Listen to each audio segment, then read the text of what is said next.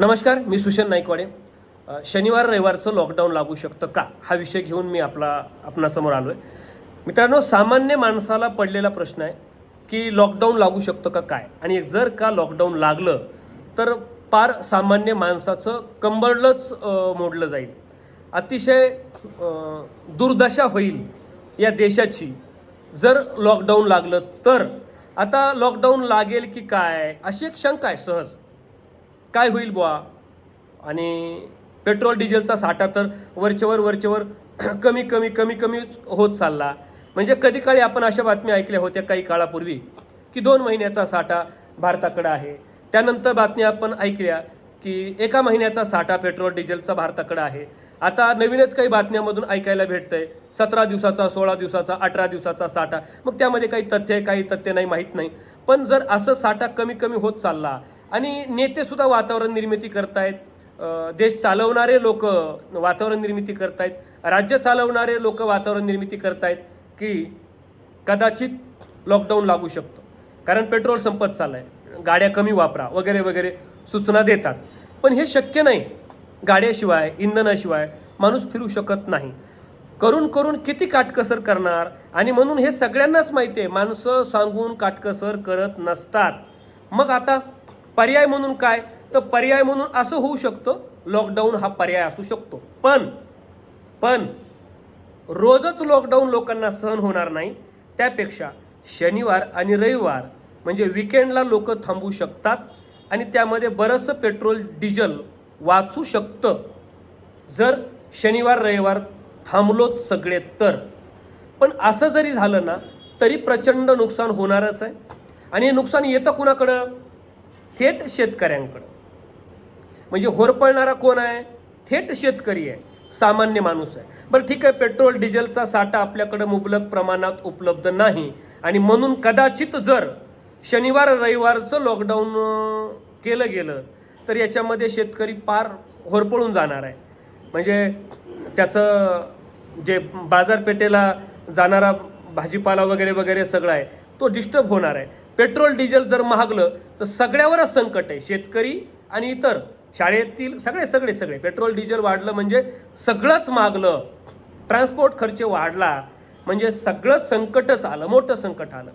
मग मला पडलेला प्रश्न, आपल्यावरचं हे आर्थिक संकट संपवण्यासाठी आपल्याकडं पेट्रोल, आपल्याकडं डिझेल तर नाही आहे, पण खाद्यतेलाचा सुद्धा कमी वापर केला अशा सूचना प्रधानमंत्र्यांना दिलेल्या आहेत, हे तुम्ही पाहताय. मग एक गोष्टीचा मला सातत्यानं प्रश्न पडला की भारतामध्ये जवळपास 70% म्हणजे शेतीवर अवलंबून असलेला देश आहे. जपान काही प्रमाणात शेतीवर आहे, जास्त नाही, 5-10%. त्यामध्ये अमेरिका काही प्रमाणात शेतीवर आहे. पण सगळ्यात जास्त शेतीवर अवलंबून असलेला देश हा भारत देश आहे, आणि म्हणून त्याला कृषीप्रधान म्हणतात. मग कृषीप्रधान असलेल्या देशात खाद्यतेल निर्माण होत नाही का? खायच्या तेलाची टंचाई असण्याचा प्रश्नच येत नाही. खायचं तेल आपण निर्माण करू शकतो. सोयाबीन असू द्यात, भुईमुंग असू द्यात, सूर्यफूल असू द्यात, आणि इतर काही तेल तयार होणारे काही पिकं असू द्यात. या पिकांना आपण उत्तेजन का देत नाही? या पिकांना आपण सपोर्ट का करत नाही? या पिकांना आपण का चांगला भाव देत नाही?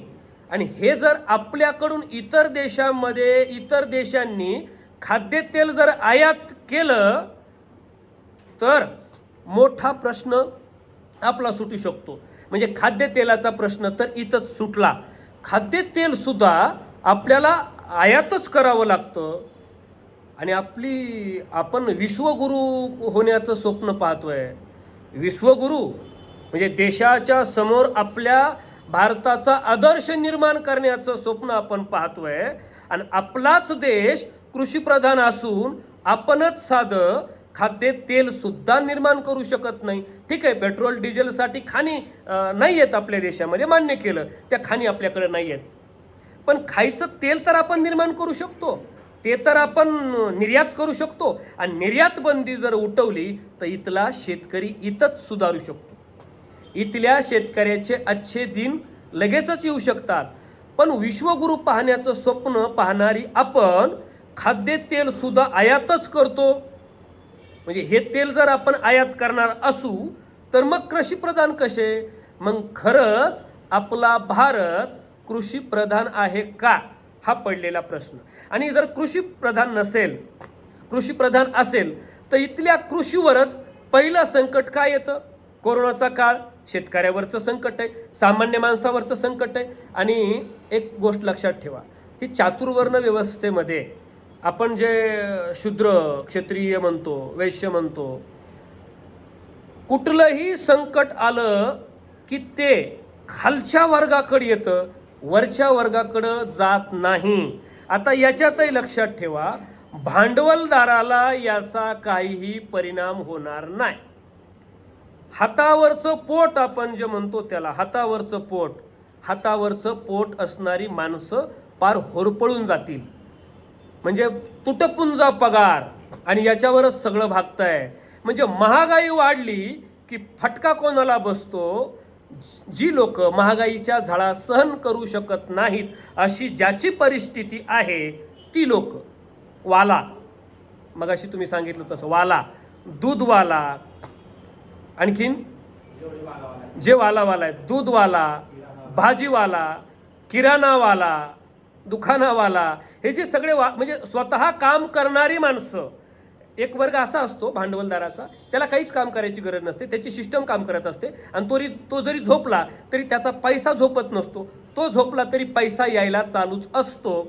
अशी जी मोठी उद्योजक लोक आहेत यांना फारसा काहीही फरक पडत नाही. ज्यांचं हातावरचं पोट आहे त्यांना फरक पडतो. मग याच्यामध्ये प्रामुख्यानं शेतकरी आणि कामगार, ज्याचं हातावरचं पोट आहे, मग लॉकडाऊन आलं तर त्यांच्याच मानगुटीवर बसणार आहे. कुठलंही आर्थिक संकट आलं की ज्याची आर्थिक परिस्थिती नाजूक आहे त्याच्यावर संकट बसणार आहे. आणि आता लाज वाटते की आम्ही कृषीप्रधान आहोत हे म्हणण्यासाठी सुद्धा. कारण आलं संकट की ते पहिलं कृषीवर येतं. आत्ताच कांदा 1 रुपये किलोने विकला.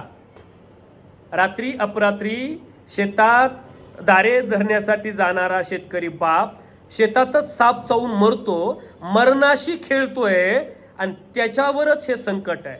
मरण यातना भोगतोय त्याच्यावरच हे संकट आहे. म्हणजे आल्यालं संकट ज्याची आर्थिक परिस्थिती नाजूक आहे त्याच्यावरच संकट येतं. आणि हे आर्थिक संकट आहे.